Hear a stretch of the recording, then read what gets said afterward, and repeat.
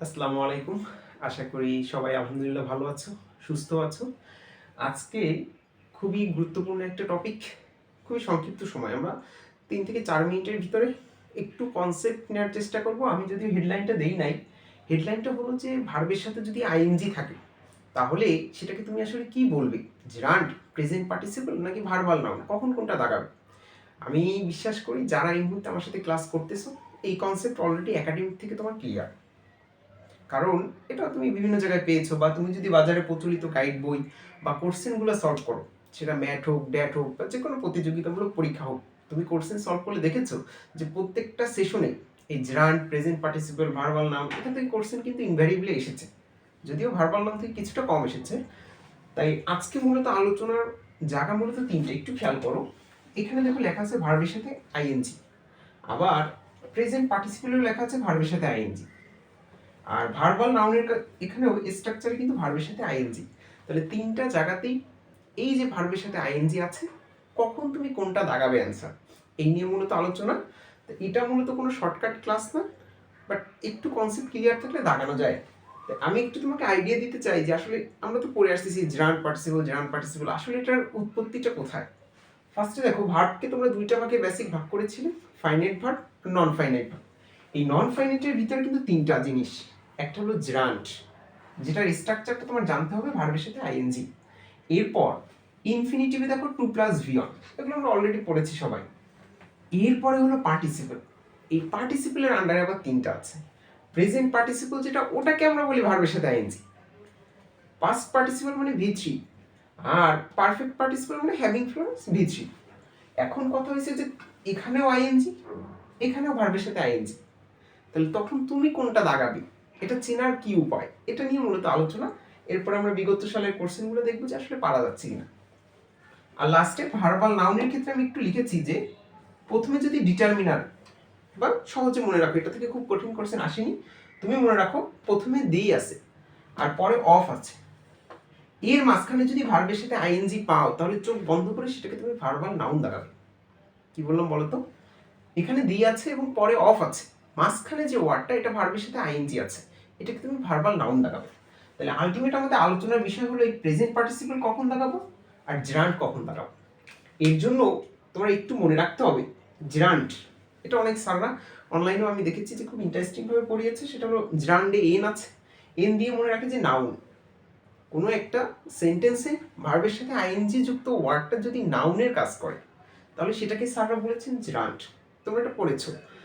পার্টিসিপলে দেখো এ আছে, ওই ভার্বের সাথে আইএনজি যুক্ত শব্দটা যদি অ্যাডজেক্টিভ হিসেবে কাজ করে, তখন তাকে বলবে তুমি পার্টিসিপল। আরো স্পেসিফিক ভাবে কোন পার্টিসিপল? ভার্বের সাথে আইএনজি মানে প্রেজেন্ট পার্টিসিপল। কথা কি বুঝছো? যে ভার্বের সাথে আইএনজি ওটা যদি নাউন হিসেবে কাজ করে, তাহলে সেটাকে কি দাঁড়াবে? জার্ন্ড। আর যদি অ্যাডজেক্টিভ হিসেবে কাজ করে, তাহলে সেটাকে কি দাঁড়াবে? Present participle. এখন ভাই তাহলে নাউন কিভাবে চিনব, অ্যাডজেক্টিভ কিভাবে চিনব? তাহলে পার্টস অফ স্পিচের ক্লাসটা অবশ্যই তোমাকে করতে হবে। আমি এই ভিডিওতে লিঙ্কটা দিয়ে দেবো। পার্টস অফ স্পিচের ক্লাসটা খুবই গুরুত্বপূর্ণ, কারণ ওখানে এটা হলো তোমার ইংরেজি বেসিক ক্লাস। দেখবা যে পরবর্তীতে যত টপিক পড়ো না কেন, ওই কনসেপ্ট ক্লিয়ার থাকলে অনেক কিছু ক্লিয়ার হয়ে যাচ্ছে। তো ওই ক্লাসটা একটু লেন্দি হলেও ক্লাসটা অবশ্যই দেখবে, তাহলে তুমি চিনতে পারবে যে নাউন, অ্যাডজেক্টিভ, অ্যাডভার্ব কাকে কি দিয়ে কোশ্চেন করতে হয়, ভার্বকে কোশ্চেন করতে হয় কিনা, সাবজেক্ট কই, অবজেক্ট কই, এগুলো তুমি জানবে। বাট দেখো জার্ন্ড, তাহলে আগে তুমি মনে রাখবে যে যদি নাউন হিসেবে কাজ করে সেটা হবে জার্ন্ড। এর পাশে আমি একটা কথা লিখেছি, এটা তোমাকে একটু মনে রাখতে হবে কোশ্চেন সলভ করার জন্য। নাউনে দেখো প্রথমে আছে নো। নো মানে কি? নেগেটিভ, নাবোধক শব্দ। তাহলে মনে রাখবে এটা হলো মিথ্যা কথা। মিথ্যা কথা বলে জার্ন্ড। ভাইয়া সত্য কথা কি মিথ্যা কথা কি বুঝি না, বোঝা লাগবে না, ওটা সলভ করার সময় বলবো। এখন জাস্ট মাথায় রাখো জার্ন্ড, এন আছে, তাহলে সেটা সেন্টেন্সে কি হিসেবে কাজ করবে? নাউন হিসেবে কাজ করবে। ভাইয়া নাউনের প্রথমে এন ও, নো মানে নেগেটিভ, তাহলে সত্য কথা না মিথ্যা কথা? মিথ্যা কথা। তিনটা কথা বলছি, আর কিছু মনে রাখা লাগবে না। জার্ন্ড, নাউন, মিথ্যা কথা। মিথ্যা কথা বলে জার্ন্ড দাগাবো, নাউন হিসেবে কাজ করলে জার্ন্ড দাগাবো। ভাইয়া তাহলে একটু পার্টিসিপল পড়ো। পার্টিসিপলে এ আছে, এতে মনে রাখবে অ্যাডজেক্টিভ। আর ওটা যদি মিথ্যা কথা হয়, তাহলে এটা কি হবে? সত্য কথা। পড়ালেখা শেষ। জার্ন্ড, নাউন, মিথ্যা কথা, আর পার্টিসিপল অ্যাডজেক্টিভ, সত্য কথা। মনে থাকবে? এবার ভাইয়া সত্য কথা মিথ্যা কথা একটু বুঝতে যাবো। তার আগে বাকিগুলো তুমি দেখে নাও, কারণ বাকিগুলো থেকেও কিন্তু কোশ্চেন এসেছে। তো স্ট্রাকচারটা শুধু দেখো। ইনফিনিটিভ তোমরা জানো 2 + V1 infinitive. Past participle V3 পারবো না, এটা তো দেখে চেনা যায়। Perfect participle having + V3। তাহলে এখানে যতগুলো স্ট্রাকচার আছে আমরা কিন্তু চেক করবো, একটু পরে বিগত সালে আশা করছেন দেখবো, চেক করতে হবে যে কোনটার অ্যান্সার কি। ফার্স্ট একটু খেয়াল করো, এখানে অনেকগুলো কথা লেখা আছে, সবগুলোই ভার্বের সাথে আইএনজি। এই সত্য কথা কি মিথ্যা কথা কি একটু বোঝার চেষ্টা করো। ফ্লাইং বার্ড, কি লেখা আছে? Flying bird. একটু খেয়াল করো সত্য মিথ্যা কিভাবে চেক করতে হয়। বার্ড ইজ ফ্লাইং, কি বললাম? দেখো এখানে আছে বার্কিং ডগ, তাহলে তোমার সত্য মিথ্যা চেক করার জন্য মাঝখানে একটা ইজ দিতে হবে। ডগ ইজ বার্কিং, তাহলে তোমার দেখতে হবে কথাটা সত্য হচ্ছে না মিথ্যা হচ্ছে। ফ্লাইং বার্ড, কিভাবে চেক করবো? বার্ড ইজ ফ্লাইং, পাখিটি উড়ছে, কথা কি সত্য না? পাখিটাই তো উঠতেছে। Barking dog, dog is barking, কুকুরটা ঘেউ ঘেউ করছে, কথা কিন্তু সত্য। তাহলে দেখো তো এটা ট্রু, সত্য কথা। Barking dog, dog is barking, এটাও সত্য কথা। রোলিং স্টোন, পাথরটি গড়িয়ে গড়িয়ে পড়ছে, তাহলে স্টোন, এখানে একটা ইজ দিয়ে দেখো, স্টোন ইজ রোলিং, হ্যাঁ পাথরটাই তো গড়াচ্ছে, তাহলে সত্য কথা। একটু বুঝে খেয়াল করো।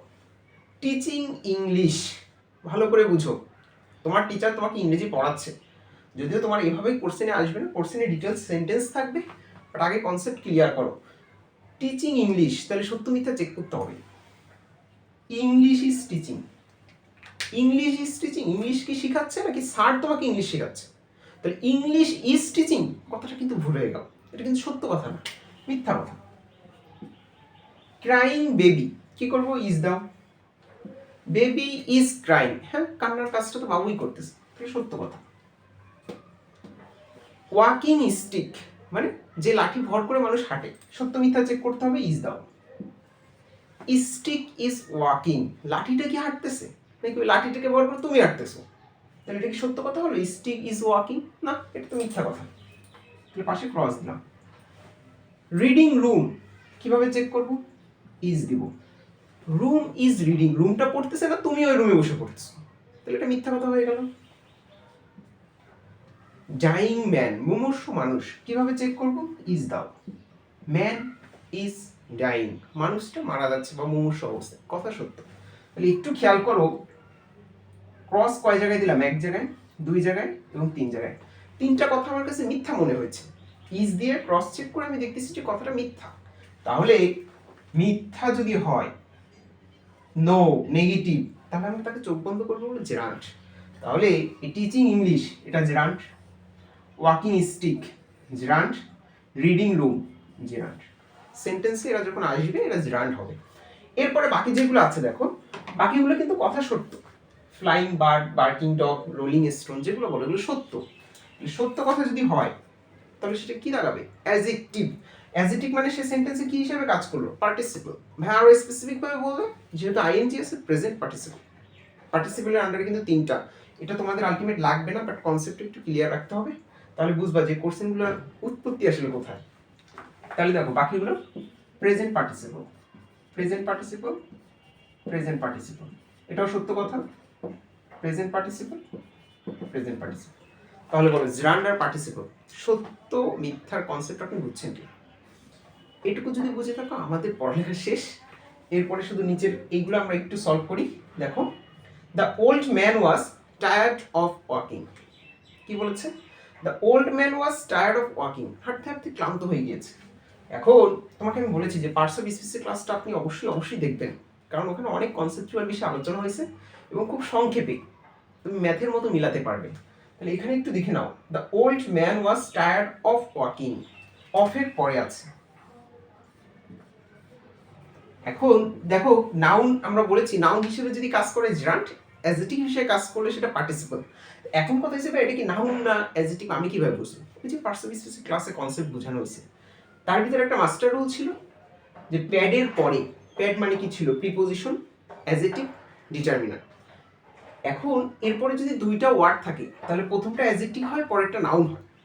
আর যদি একটা থাকে এটা চোখ বন্ধ করে নাউন হয়। ওই ক্লাসে কিন্তু আমরা পড়িয়েছিলাম আর ডিটেলস পড়িয়েছিলাম। ইভেন যদি তিনটাও থাকে তাহলে কি হবে? Adverb, adjective and noun. এখানে প্যাডের পি প্রিপোজিশনের পরে একটা ওয়ার্ড আছে, তাহলে এটাকে তুমি বোঝো আর না বোঝো চোখ বন্ধ করে এটাকে বলতে হবে নাউন। তাহলে আমাকে বলো ভার্বের সাথে আইএনজি যুক্ত সেন্টেন্স যদি অ্যাডজেক্টিভ এখানে নাউন হিসেবে কাজ করছে, নাউন হিসেবে যদি কাজ করে তাহলে নাউন হিসেবে কাজ করলে তাকে তুমি কি বলবে? গ্রান্ট। পরেরটা দেখো তো, a lost opportunity never Returns. এখানে লস্টের এখানে দাগ দেওয়া আছে, আমাকে একটু চিন্তা ভাবনা করে বলো এই যে স্ট্রাকচারগুলো আছে এর ভিতরে কোনটার সাথে মিলতেছে? এ লস্ট অপরচুনিটি দেখো তো V3, তাহলে এটা পাস্ট পার্টিসিপল, বুঝছো না? এরপর দেখো reading is an excellent habit. এখানে একটু খেয়াল করো, reading is an excellent habit. এখানে এই রিডিংটা তুমি তো বলতেই পারো ভাই এটা নাউন, তাহলে কেন নাউন? ওই যে পার্টস অফ স্পিচের ক্লাস আমি বারবার বলতেছি, ওটা অবশ্যই দেখতে হবে। এই যে reading is an excellent habit, এখানে রিডিং হলো সাবজেক্ট। আমরা পড়েছিলাম যে সাবজেক্ট বা অবজেক্ট হিসেবে অলওয়েজ নাউন বসে। তাহলে এখানে যেহেতু এটা সাবজেক্ট হিসেবে কাজ করেছে তাহলে এটা কি হবে? নাউন। এখন ভার্বের সাথে আইএনজি আছে এবং সেটা নাউনের কাজ করেছে, তাহলে সেটা কি হবে? গ্রান্ট। এরপর একটু খেয়াল করো তো, এডুকেশন ইজ ইনলাইটিং। এখন এটা অনেক ডিটেলস পড়িয়েছে অনেকে, আমি দেখেছি যে তোমার জেরান্ডের অবস্থান 5-6 জায়গায় আছে, পার্টিসিপল অবস্থান 2-3 জায়গায় বসতে পারে, অত ডিটেলস লাগবে না, তুমি এই সত্য মিথ্যার কনসেপ্ট থেকে বুঝে অ্যান্সার দাও। আমি তো সবসময় স্টুডেন্টকে বুঝি, বোঝার থেকে ডাক্তার হওয়া বেশি জরুরি। তুমি অবশ্যই বুঝবে, কনসেপ্ট ঠিক থাকতে হবে, তবে শর্টকাটে অ্যান্সার দেওয়ার ওয়েটা আগে ফাইন্ড আউট করতে হবে। কারণ অনেকে অনেক জ্ঞান আছে, বাট সে যদি পরীক্ষায় মার্ক না পায় তার কিন্তু কোনো দাম থাকবে না। তাই তুমি অবশ্যই আগে বুঝতে হবে, দেন ওটা টেকনিক্যাল ওয়েতে যেতে হবে। তুমি ওই ডিটেলস পড়ো, বাট আমি আজকে তোমাকে বলতে শুধু অ্যান্সার দেওয়ার ওয়ে। এখানে আছে এডুকেশন ইজ ইনলাইটিং, তো এখন এটা যদি একটু সত্য মিথ্যা চেক করো, একটু খেয়াল করো, ইনলাইটিং ইজ এডুকেশন, তাহলে কথা কিন্তু সত্য। তাহলে এখানে আমরা বলেছিলাম যে এরকম কোনো সেন্টেন্সে ইজ দিয়ে রিপ্লেস করলে যদি সত্য হয় তাহলে সেটাকে তুমি কি দাঁড়াবে? দেখো তো, সত্য যদি হয় তাহলে সেটা অ্যাডজেক্টিভ, তাহলে এটা অ্যাডজেক্টিভ হিসেবে কাজ করেছে, তাহলে এটা হবে পার্টিসিপল। এটা কিন্তু আরো সহজ নিয়ম। এরপর দেখো, he engaged in the writing of a letter. লাইনটা একটু খেয়াল করো তো, he engaged in the writing of a letter. এখানে দা আছে, এখানে অফ আছে, মাঝখানে ভার্বের সাথে আইএনজি আছে, তাহলে স্ট্রাকচারটা কিন্তু ভার্বাল নাউনের সাথে মিলে গিয়েছে। এটা কিন্তু চোখ বন্ধ করে আবার কেউ জার্ন পার্টিসিপল অ্যাডজেক্টিভ না নাউন ভাবতে যেও না, হ্যাঁ, এটা কিন্তু ভার্বাল নাউন। পরেরটা খেয়াল করো, we went to C the launching of the ship, আবার সেম কনসেপ্ট। এটা পরপর দুটো দেওয়ার কারণ পরীক্ষা আসলে সবাই আইএনজি দেখে তোমরা জার্ন পার্টিসিপলের দিকে চলে যাও। মনে রাখতে হবে যে ভার্বাল নাউন কিন্তু থাকতে পারে সেন্টেন্স, অপশনে থাকলে দাগাবে, যদি এটা বাকি দুটো থেকে লেস ইম্পর্টেন্ট। এরপরে দেখো, we should not drink polluted water. আমাকে এটা বলতে হবে should not drink polluted water, V3 আছে, তাহলে এটা কি হবে? Past participle. পাস্ট পার্টিসিপল, কথা কি বুঝছো? লাস্ট দুইটা এটা আমি বলবো না, তোমরা পারবা। সেটা হলো having tired I went to restaurant. এখানে বলা আছে হ্যাভিং টায়ার্ড, মানে হ্যাভিং প্লাস V3 আছে, তাহলে আমি তো কোনো বলেছি যে হ্যাভিং প্লাস V3 থাকলে সেটা পারফেক্ট পার্টিসিপল, তাহলে এখানে তোমার দাগ থাকলে এটা হবে পারফেক্ট পার্টিসিপল। লাস্টেটা দেখো তো, I saw an opportunity to escape. পালানোর কোনো পথ সে দেখেছে, তাহলে I saw an opportunity to escape মানে 2 + V1, তাহলে বলো তো 2 + V1 হলে কি দাঁড়াবে? ইনফিনিটিভ। এরপর দেখো, please help me do the work, do এর নিচে দাগ আছে। এখন আমি তোমাকে একটু বলে রাখি যে 2 + V1 যদি হয় তুমি ইনফিনিটিভ দাগাবে, বাট যদি দেখো যে না এখানে একটা 2 উচ্চ আছে, 2টা লিখে নাই, যেমন এখানে যদি আমি 2 দেই, please help me to do the work, কথাটা কিন্তু এমন ছিল, তাহলে এখানে একটা 2 আছে বাট সেই 2টা উজ্জ আছে, যেটাকে তোমরা একাডেমিকে পড়েছো বেয়ার ইনফিনিটিভ বলে, মানে 2টা দেয়নি, তাহলে এটাও যদি হয় এটাও কিন্তু তুমি ইনফিনিটিভ দাগাবে, কারণ ইনফিনিটিভ 2 + V1 অনেক ক্ষেত্রে এই 2টা নাও থাকতে পারে, ওটাকে তোমরা বেয়ার ইনফিনিটিভ পড়েছিল না, ওটাই। তাহলে আলটিমেট এরকম যদি কোশ্চেন আসে তুমি কি দাগাতে পারবে না? আমি 1 মিনিটে একটু রিক্যাপ করি, হ্যাঁ, একটু টাইম নিয়ে বেশি নিয়ে ফেলেছি হয়তো। ফার্স্টে দেখো ভার্ব দুইটা ভাগ করা যায়, ক্লাসিফিকেশন আপনার জানার দরকার নেই, বাট স্ট্রাকচারগুলো জানতে হবে, কোথা থেকে কারা আসলো একটু কনসেপ্ট নাও। ফাইনাইট, নন ফাইনাইট ভার্ব, নন ফাইনাইটের ভিতরে 3টা, জেরান্ট, ইনফিনিটিভ, পার্টিসিপল। ভাইয়া পার্টিসিপলের ভিতরে আরও 3টা, present participle, past participle, perfect participle. বা আমি পড়বো কি, পরীক্ষায় কি সৃজনশীল আসবে এটা না, তোমার আসবে হলো এখান থেকে স্ট্রাকচারটা একটু বুঝতে হবে। জেরান্ড মানে কি, ভার্বের সাথে আইএনজি, বাট খেয়াল রাখতে হবে জেরান্ডে ন আছে, তার মানে ওটা সেন্টেন্সে নাউন হিসেবে কাজ করবে। ভাইয়া নাউনের প্রথমে তো নো আছে, নো মানে কি নেগেটিভ, তাহলে ওটা কিন্তু মিথ্যা কথা। এরপর দেখো infinitive to plus V on, আমরা দেখেছি যে আশা কোশ্চেনের ভিতরে টু প্লাস ভি অনের টু নাও থাকতে পারে, ওটাও কিন্তু ইনফিনিটিভ হবে, বেয়ার ইনফিনিটিভ। পার্টিসিপেলে যাও, প্রেজেন্ট পার্টিসিপল, ভার্বের সাথে আইএনজি থাকবে এবং সেটা অ্যাডজেক্টিভ হিসেবে কাজ করবে, এটা সত্য কথা হবে। পাস্ট পার্টিসিপল ভি3, পারফেক্ট পার্টিসিপল হ্যাভিং প্লাস ভি3। তাহলে এইটুকু কনসেপ্ট যদি তোমার থাকে আর সত্য মিথ্যার কনসেপ্ট যদি তুমি বুঝতে পারো, এবার এই যেগুলো প্র্যাকটিস আমরা করেছি এর বাইরেও তুমি তোমার যে গাইড বই বা তুমি যেটাই ফলো করো না কেন, ওখান থেকে যেগুলো বিগত সালে এসেছে বা যেগুলো প্র্যাকটিসের জন্য আছে ওগুলো একটু প্র্যাকটিস করে দেখো।